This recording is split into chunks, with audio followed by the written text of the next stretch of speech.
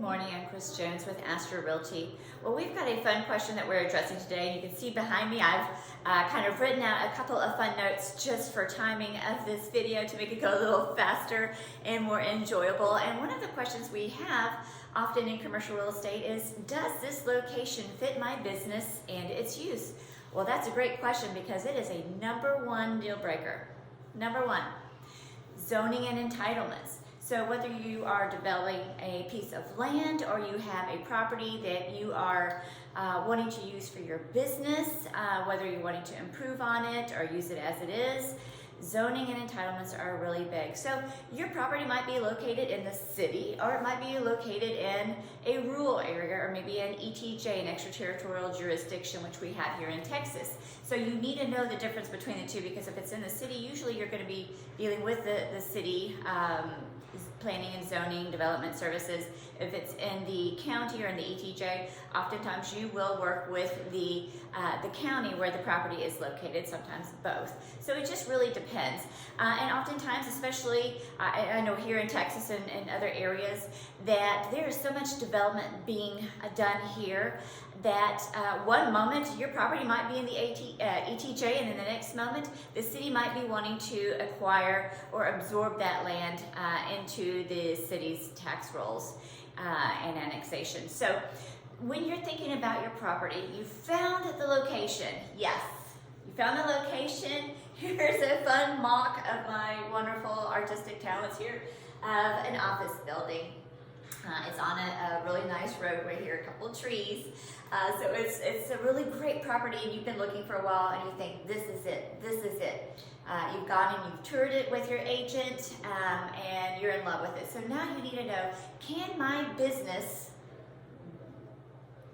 work out of this location? Well, there's a couple things that you need to think of. So what I always suggest is you got to do your own due diligence. So you and your representative, definitely, you need to do your own due diligence. Don't rely on anybody's word or printed material. Do your own due diligence. And I would always say there's some things that you can do in pre-due diligence, and there's things that you might need to do in due diligence. It just really depends.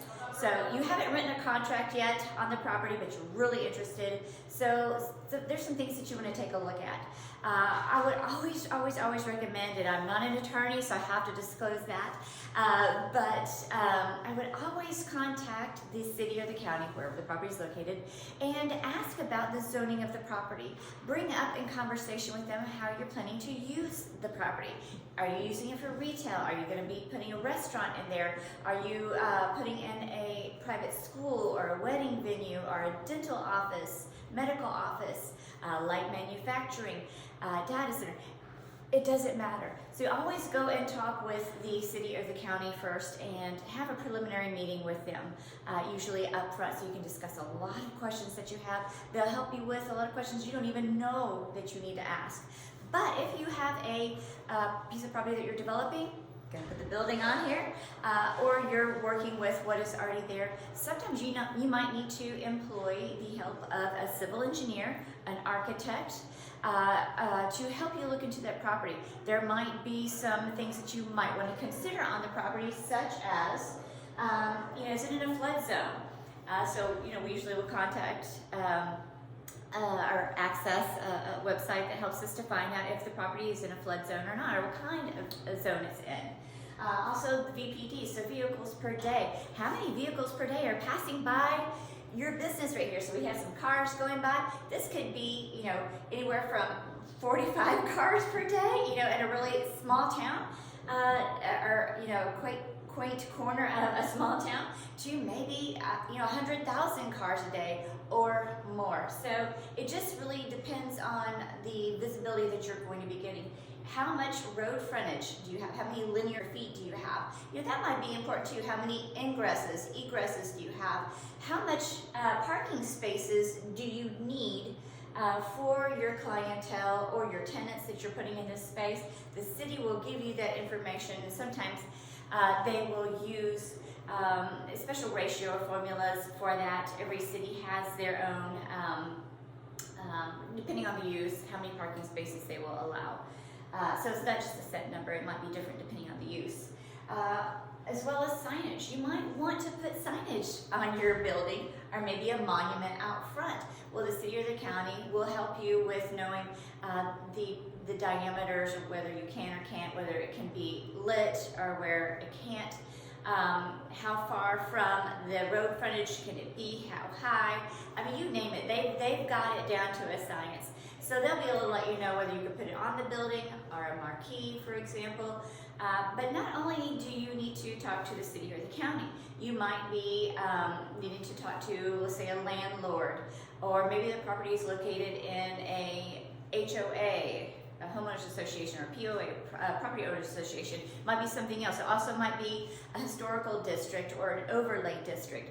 So you'll definitely need to make sure who manages the property. You know, you might have some bylaws, some rules and regulations, you know, just a lot of things that have to go into approving signage. But always the city has the final say. So you always want to make sure that you talk to the city or the county and make sure you get that understood and you have those permits and approvals for them before you get started.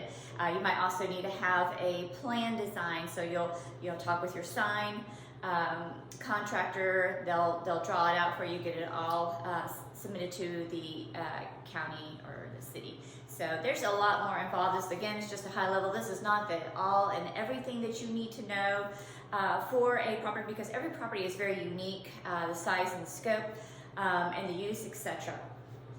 Also, before you can start business, you're going to need a certificate of occupancy, sometimes also called a certificate of compliance. It just really depends. So this is an application that you'll submit to the city, usually.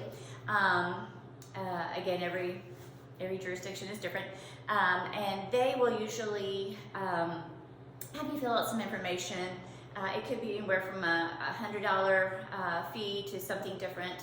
Every city is very different in their fee structure.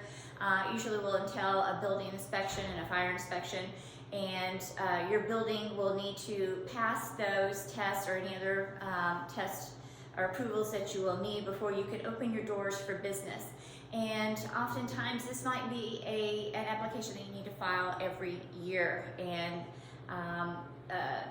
an agent with the fire marshal's office may come out and do that inspection every year. And then you might also have some improvements that you want to make. So you definitely need to make sure that you can do it in your area, especially if it's an historic downtown area. Let's say we're close to downtown McKinney here. It could be downtown Rockwall. It could be downtown Austin. It could be downtown Louisville. It could be anywhere. So you just need to make sure that anything that you want to do to the exterior of the building is approved not only by the city, but also by the historic district or whatever other organization is overseeing the building in the area. So there's a lot to consider, but again, if you have someone that you are working with that is experienced in commercial real estate that can help you go over all these questions that you will definitely need to ask, all these legal approvals and permits and zonings. If you have to change the zoning, you know, that could be 3, 4, 6 months down the road. That may affect your contract due diligence date. So definitely find someone that's experienced in this field. I'd love to help you if you're looking to purchase land to develop, or also to purchase commercial real estate. That might be something that you have your eyes on.